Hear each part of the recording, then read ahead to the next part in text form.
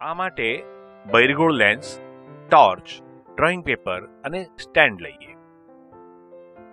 પ્રથમ બહિર્ગોળ લેન્સને સ્ટેન્ડ પર મૂકી સમતલ સપાટી પર ગોઠવીએ. હવે ટોર્ચ વડે તેના પર પ્રકાશ પાડીએ. ત્યારબાદ લેન્સની સામેની બાજુ ડ્રોઈંગ પેપરનો પડદો એવી રીતે રાખીએ કે જેથી પડદા પર બિંદુવત પ્રતિબિંબ મળે. આ બિંદુવત પ્રતિબિંબનું સ્થાન બહિર્ગોળ લેન્સનું મુખ્ય કેન્દ્ર છે. લેન્સમાં મુખ્ય અક્ષને સમાંતર આપાત થતા કિરણો વક્રીભવન પામી કોઈ એક બિંદુએ કેન્દ્રિત થાય છે. તે બિંદુને લેન્સનું મુખ્ય કેન્દ્ર કહે છે. લેન્સને બે મુખ્ય કેન્દ્ર F1 અને F2 હોય છે. અંતર્ગોળ લેન્સ. અંતર્ગોળ લેન્સનું મુખ્ય કેન્દ્ર આભાસી હોય છે.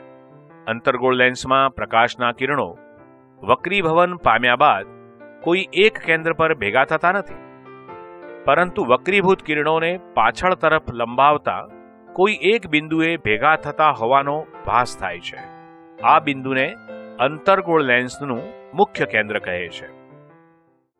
વિદ્યાર્થી મિત્રો, દરેક સજીવ દેહધાર્મિક ક્રિયાઓ કરે છે અને તેની સાથે વિશિષ્ટ તંત્રો સંકળાયેલા હોય છે. દરેક સજીવની શરીર રચનામાં દરેક તંત્રને ચોક્કસ કાર્યની વહેંચણી થયેલી હોય છે.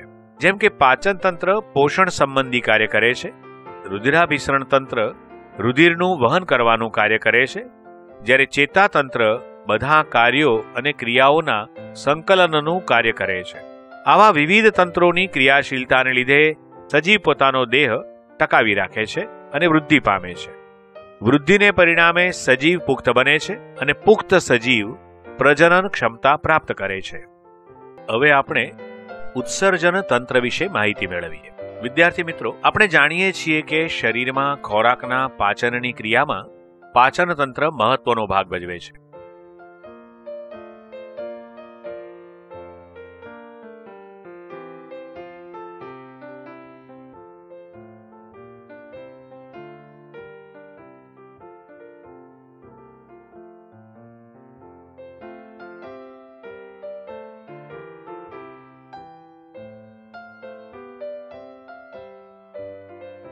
પાચન તંત્રમાં પાચન થયા વિનાનો ખોરાક મળના સ્વરૂપમાં બહાર નીકળે છે